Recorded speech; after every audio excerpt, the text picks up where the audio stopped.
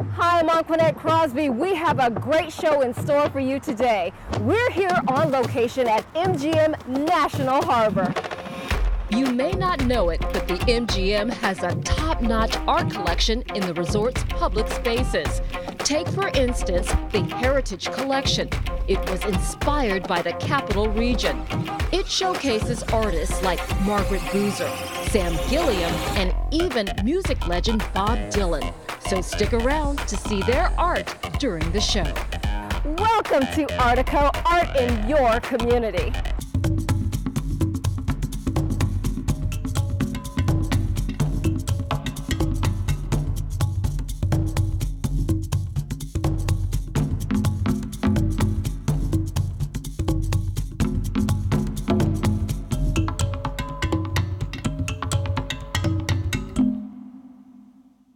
This is the Conservatory at MGM. The current installation is called Maritime Maryland. Now notice the state flag and the state colors. It's by renowned event designer Ed Libby. And just so you know, the installations change with every season. This is Potomac Plaza. The beautiful fountain behind me is similar to the one at the Bellagio in Las Vegas. Okay, for our next story, we have a festival that transforms local spaces into platforms for unique artistic expression. The Capital Fringe Festival has been wowing audiences for decades with edgy performances. Festival curators showcase works that you really just can't put in a box. They hope to whet audience appetites for non-traditional forms of live performance and visual art.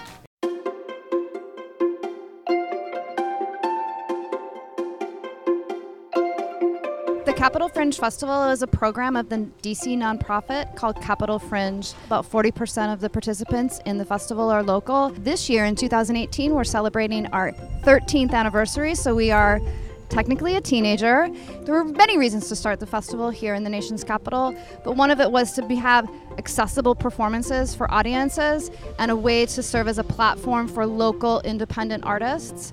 And honestly, people can come and hang out in a good environment where it's not super buttoned up, and people can experience live performance in a way that they won't for the rest of the year. It's a theater festival, but we also have a lot of dance, live music, puppetry, and very many things that are very unclassifiable. But this year, for the first year, we started the Fringe Curated Series, which brings in 5 shows that are curated by the Fringe Festival.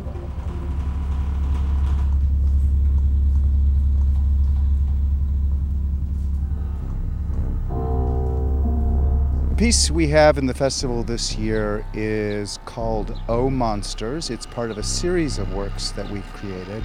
Oman Stirs involves a family whose father has disappeared, and they are trying to figure out what happened to that father. That sounds like a rather conventional play, but this story is not told in a conventional way. It might also be true that the characters are not human beings.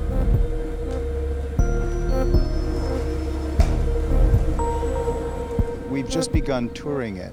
Oman Stirs premiered in 2016 in Philadelphia, and the response has been very strong to the piece. It's fast, surprising, unpredictable, loud, and very mysterious. So this year in the festival, we have about 80 productions, doing about 450 plus individual performances over the course of the festival. This is a really new year for us. Typically, we sell about 40,000 tickets. We're going to see what happens this year. The Capital Fringe Festival runs from July 7th through the 29th, and for the first time, we are located in Southwest DC. We have 5 venues with 11 stages: Arena Stage, St. Augustine's Church, Christ United, Westminster Church, and Blind Wino. Our website, capitalfringe.org, is an awesome place to go if you want to learn more about the organization, if you want to purchase tickets, if you want to learn about our town hall meetings in the fall. Capitalfringe.org is the place to go.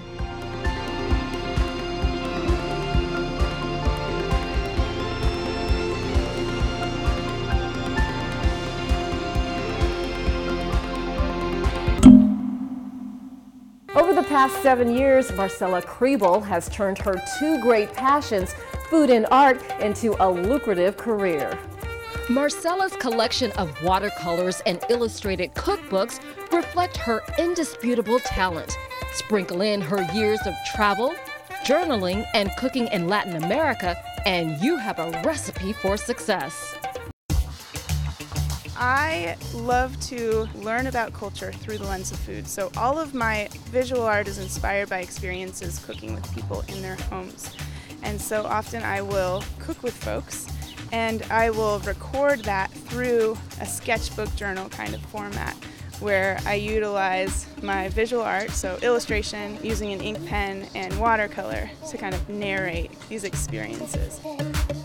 I think of food as a bridge into culture, and so asking how people prepare the dishes that they do, where they buy their ingredients, who taught them the dishes that they love, questions like that will definitely, get the conversation going. As someone with an art practice who keeps a sketchbook all the time, I'm always recording my life experiences visually, and so it was kind of a natural progression. Having these distinct new experiences and the desire to record them was very much a part of who I am to begin with. Most often, people are very excited to share these different dishes that perhaps their grandmother taught them or is their special kind of family distinctive recipe.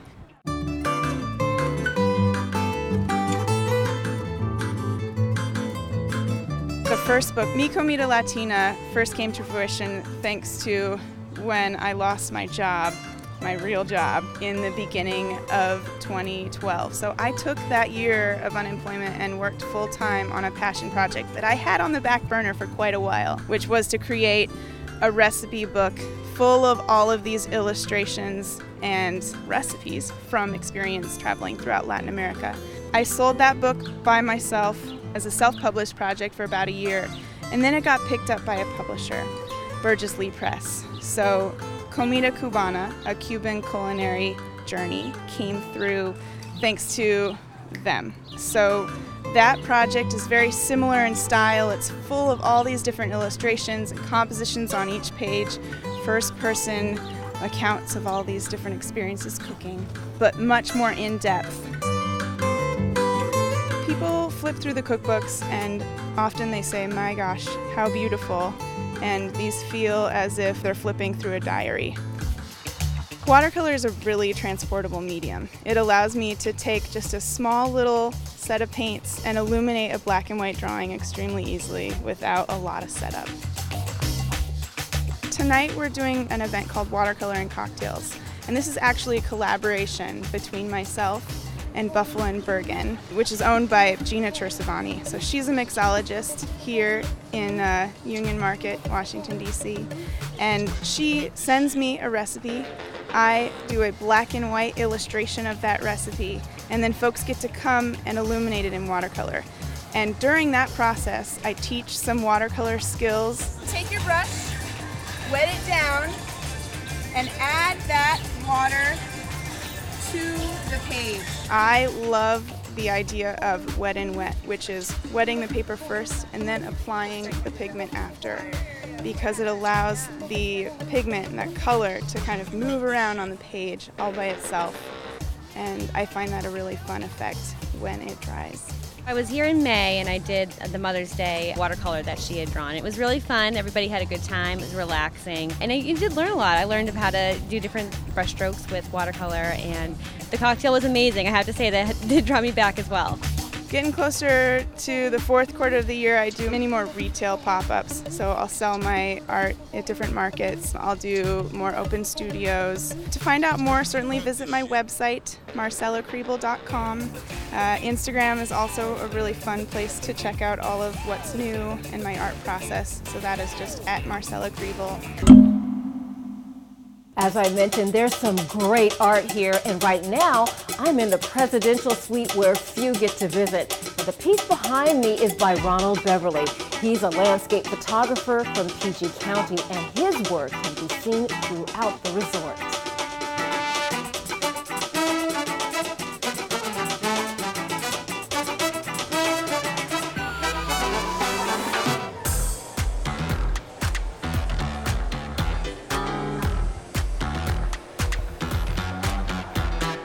I have seen some phenomenal performances at the Strathmore, and I can tell you the 16-acre site in North Bethesda is one of the premier places to go for a variety of arts programs. Audiences can see world-class performances at the Music Center. The more intimate events are held in the smaller mansion at Strathmore. The center also presents around the community. There's even a new venue called AMP, which seats 250 people. That's in the Pike and Rose neighborhood. Whether you're looking to hear good music, check out an amazing exhibition, or stroll through a sculpture garden, the Strathmore gives you more than you bargained for. Strathmore's mission is to provide the most excellent art experiences for people that live here in Montgomery County. And to go along with those experiences, there are several events, some of which are educational, so that people can understand more about the art that they see on the walls or come to hear in the Music Center. This was originally a summer home for a very wealthy Washingtonian, and the second owner decided that they wanted to add on to the mansion, so this room we're standing in was actually part of an addition, and this was originally built as a music room, which I think is so cool because it continues to be used as that. It started in 1983 and actually started in the mansion, and at that point Montgomery County didn't have a performing arts center, and so the county bought this as to serve in that purpose. And then in 2005, we added the fabulous music hall down the hill. It has a concert hall that's really incredibly well known for its acoustics, and it seats 1,978 people. But there are also big education rooms that are used by many of our partners. We have also AMP, which is like a music club, like a nightclub, and it's up about a mile from here, north on Rockville Pike. And it's our newest venue. So we have different acts there, and it's also a rental space. So it has grown from this like little nugget of an idea into this amazing campus now. The Strathmore Teas are something else that happens in this room and occur a couple of times a week. They are very, very popular. We now have different topics. Sometimes there's like a Celtic tea, or you know, we had an African tea. The Artist in Residence program was started in 2005, and this is the program I've become just totally enamored with. Every year we choose 6 really outstanding local musicians who are headed towards a career, hopefully, in performing. And they're between the ages of 16 and 32. We use this as a transition from sort of amateur to professional. We have a staff of about 10, 12 people who come in and offer seminars in professional development. I think one of my best stories is a young man named Chris Giles Bacon, who grew up in the Southeast and went to Ellington School for the Arts. And he is, to date, my only spoken word and hip hop artist. But he, in 2008, and this is directly related to our sense of mentors in this program, he and 2 mentors were nominated for a Grammy in the field of children's music. The album was called A Banjo to Beatbox and was one of the 5 nominees for a Grammy that year. So off we all went to LA. The Strathmore Mansion has a website on www.strathmore.org. We put out a newsletter, and we have banners outside of the mansion as you're driving on Rockville Pike. You can just look and see what's going on. You can also phone us at our front desk, and we are happy to tell you what programs are being offered here. It's July, and there's plenty to do around town, including here at the harbor. At the Strathmore, spend an evening with musician Al Stewart. You may know him from his hit Year in the Cat. That's on Friday, July 20th. And you can start planning now for a supreme show with singing icon Diana Ross. She performs at the Strathmore on Tuesday and Wednesday, September 25th and 26th. And hip-hop meets the music of India in McLean Central Park. Indian violinist Nish Taraj and hip-hop artist Chris Styles Bacon present a cool, unique blend of acoustic hip-hop, go-go, and Hindustani classical music. That's on Sunday, July 22nd at 5 o'clock p.m. Sankofa Video Books and Cafe has received plenty of praise since it opened in 1997. This intimate, quaint spot near Howard University is the brainchild of filmmakers Haile and Sharikiana Garima. In here, it's all about videos and books about people of African descent, though you don't need to be of African descent to enjoy this special place. Sankofa is named after the film that gained international fame and was produced by the Garimas. As a cultural hub, Sankofa draws you in with readings, special events, film screenings, and one of the best chai tea lattes around. My husband and I were really looking for a spot to be able to distribute and produce our films. We said, let's just take this leap and see if we can get a building that we can use for production space. And so that's how we got the building. And when we came into the space and kind of, really were deciding what to do with the different parts of it, my husband was the one that looked at this space and said, oh, we should put a bookstore here. We wanted a place where we could sell videos and books. And the thinking at that time was that we worked very hard to boost audience expectations of movies, to help audience be demanding of quality content and to be able to be critical of what they see on the screen and not just let anything wash over them and say good. And it's become primarily a bookstore with events that engage communities with authors, poetry, open mic, young people performances, intergenerational events all the time, and all within a kind of literary, thinking, questioning environment. Sankofa Bookstore is pretty cool and I like it here. I believe it shows Black empowerment and it also, circulates around a lot of ideas that a lot of Black intellectuals have made throughout the years past and present. We also try to have programming for children on Sundays on a semi-regular basis with storytelling, crafts, yoga sometimes, music sometimes. And we want to have authors and illustrators in here as well for children. And the other genres that we tend to lean toward are culture, politics, history, biography, fiction, and poetry. So we have the largest selection of books for Black literature for children in the DMV. We also try to keep a good, rich collection of classic Black books. So you're going to find in here all the time, you're going to find How Europe Underdeveloped Africa, Chancellor Williams. You're going to find Walter Rodney books in here. You're going to find Stokely Carmichael, Kwame Ture's books in here all the time. Masada Shakur's autobiography.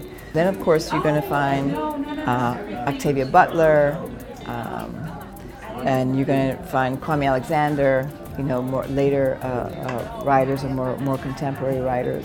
Angie Thomas, The Hate U Give. I'm in college, so I only come home a couple of months or weeks out of the year. And it's everything's changing, and it's places like this, it's it's a Black community feel. And I think the books are not books you would really find at a Barnes & Noble or Borders or whatever.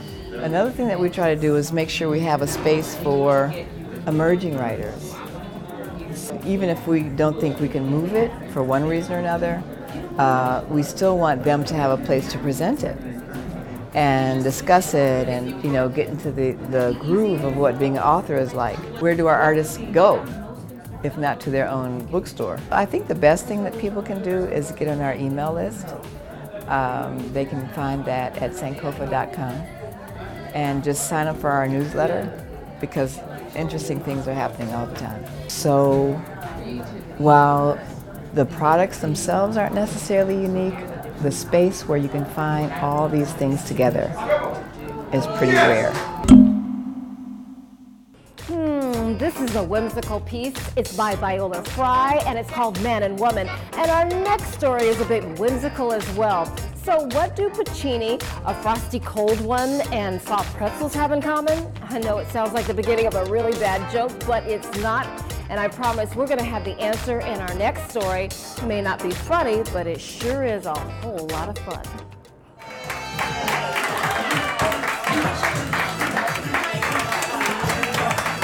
Opera on Tap is an organization that really aims to show people that opera doesn't have to be stuffy, it doesn't have to be expensive, it can be casual, it can be fun. We had a rough night last night, don't mind him. Thank you everyone for being here today. Welcome to Opera on Tap. It was an organization that was founded 10 years ago in New York, and there are chapters all over the US and now in Europe. And we just perform in casual places like bars, and so we try to keep it casual and fun for our audiences. It works.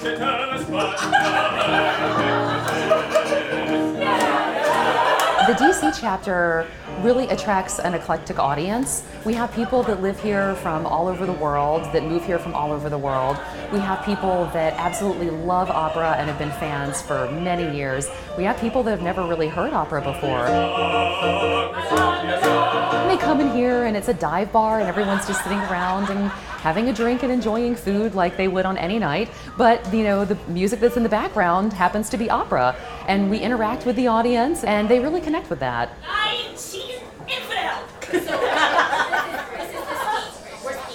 I think having opera in a setting like a bar really does help demystify it.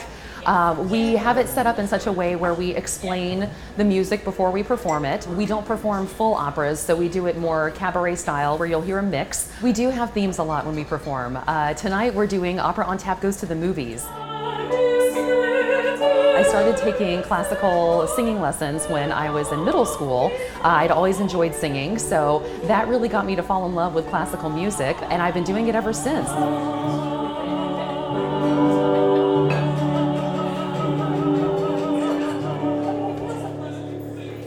I've sung all sorts of music until I was about 14 or 15. I really wanted to be Anita Baker. Her next incarnation. I had her hair cut and everything, and got introduced to classical music, and it ended up being a good fit for my voice.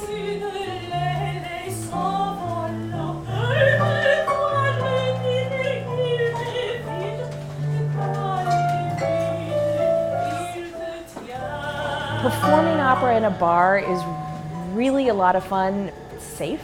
We're in a bar. You can drink. If you know the song, you can sing along and with the chorus part. Might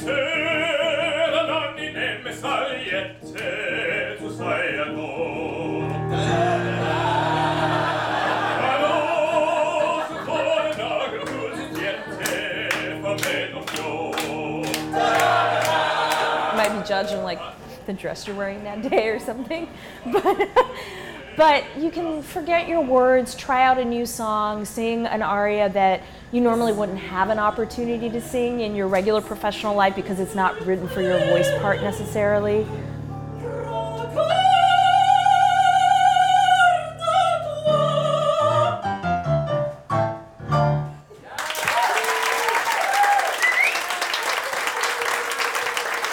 Well, I've been kind of stalking this group for some time, just on email, and I knew somebody that was in this group, and I was just waiting for them to have auditions because I love the idea of bringing opera to the people.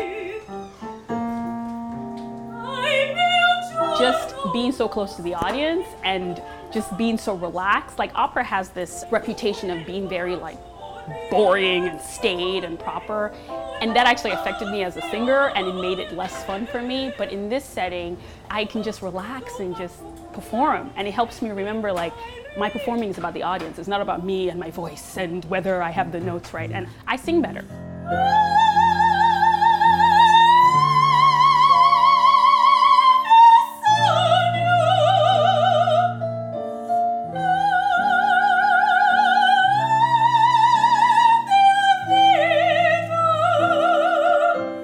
anyone that wants to get involved with Opera on Tap, if you want to get involved as an audience member, we perform the fourth Wednesday of every month at the Wonderland Ballroom. It's a fixture bar in Columbia Heights. And if you're interested in being involved as a singer, we hold auditions every winter, generally in January. We put the word out online, on our website, on Yap Tracker and other classical music-oriented websites. So we encourage anyone and everyone that's interested to look out in the winter for our announcement and come out and audition.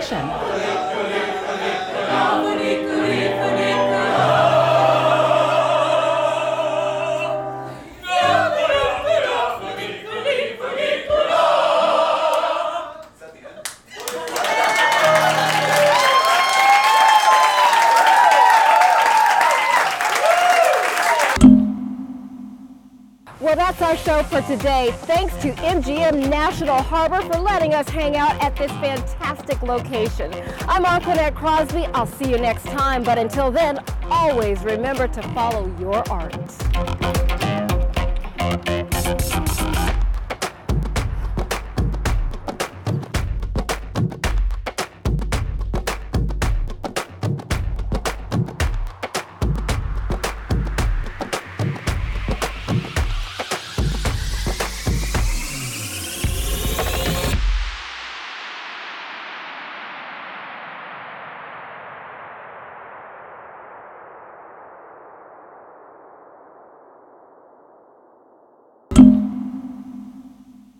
This program was produced by WHUT, Howard University Television, and made possible by contributions from viewers like you.